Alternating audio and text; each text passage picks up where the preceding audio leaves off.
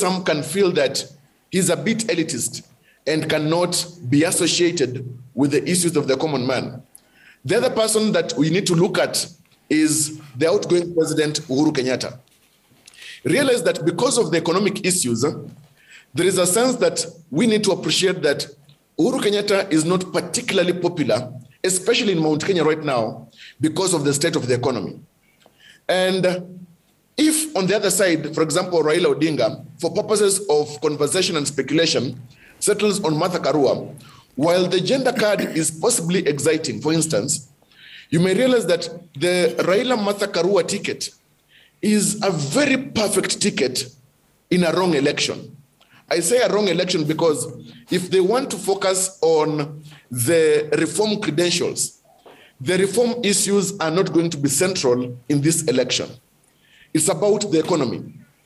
So Raila Odinga, in settling his running mate, needs to settle on a person that can spur the economic conversation as we are in this election. The other thing is this, that when you look at the ultimate selection of Raila-Karua, then one wonders, did William Ruto look at a person that can easily become president on day one in case the president is incapacitated? No. The issue of a person that is ready to be president is not the primary concern of William Ruto. Deputy President William Ruto wants to galvanize the masses, get the votes that he needs.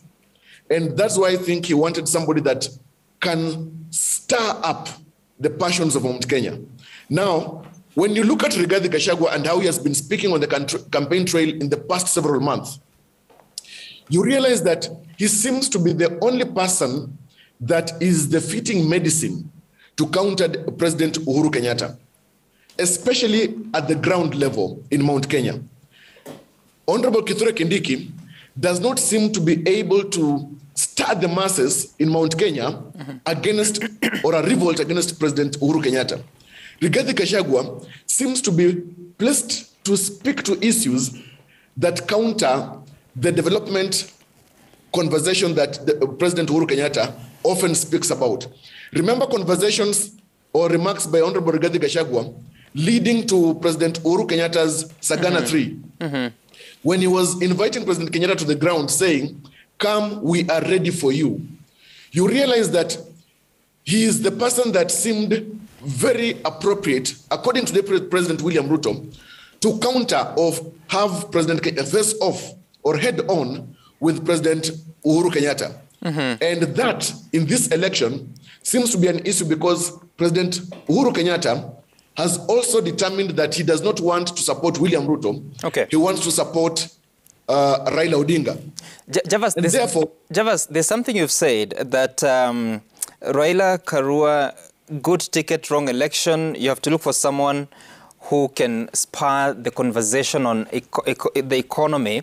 Who would that person be from the pool of, were they 8 or 9 that were interviewed by the panel?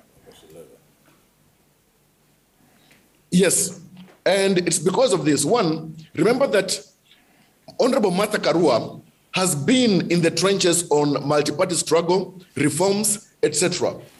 And those are very strong credentials that back up the very strong profile of Honorable Raila Odinga, who is a dyed-in-the-wool reformist and somebody that has fought for and struggled for the multi-party democracy in Kenya and issues to do with the decentralization. When you listen to the conversations around the country in this election, you realize that freedom of speech is not on the ballot. The issue of democratic reforms is not on the ballot, but the issue of the economy is on the ballot. And that is what I think seems to lead the conversation or the decision of William Ruto in settling on Raila-Karua. Remember the issue of the bottoms up that William Ruto speaks to. That's what I'm asking, Javas. That's what I'm asking. If that has to be the consideration from the pool of possible running mates that Raila Odinga has, who then can help that conversation, if at all that's his focus? When you look at the possibilities, I would say that Kalonzo Musyoka has occasionally been speaking to matters to do with economy of the people and the interests of the country, and matters about peace and security, he may seem to be well placed. Unfortunately for former Vice President Kalonzo Musyoka, he has seemed less passionate, less self-driven to work with Azimio, at least according to the Azimio people. And on the side of Raila Odinga, I think Raila-Karua may not bring in the issue of the conversation to do with the economy. Remember that Raila-Karua, a very good politician, lectures the people. She does not have a conversation with the people whenever she's addressing them. Kalonzo Musyoka seems to be able to have conversations on the campaign trail with the people as compared to Raila-Karua. Peter Kenneth, I would say that he is a person that is an embodiment of the bourgeoisie in this election. He has seemed to be a person that is being driven by the Mount Kenya Foundation, yet Peter Kenneth does not seem very well able to gel with the commoners in Kenya or in Mount Kenya. When you look at Honorable Sabina Chege, who was the other person that was interviewed, Honorable Sabina Chege comes across as a representation of the women folk, yes, the TikTok generation, the younger people. But trouble is that the issue of technology, the TikTok generation, is not on the ballot in this election. So Sabina Chege polls very unfavorably when it comes to matters to do with the economy, because she has not been able to master the craft of conversations around economic reforms. And so I think yes, in terms of a person that can match Rigathi Gachagua discussing matters to do with the economy and economic reforms, I think Kalonzo Musyoka seems to be better placed compared to all the other candidates that were interviewed by the Azimio panel.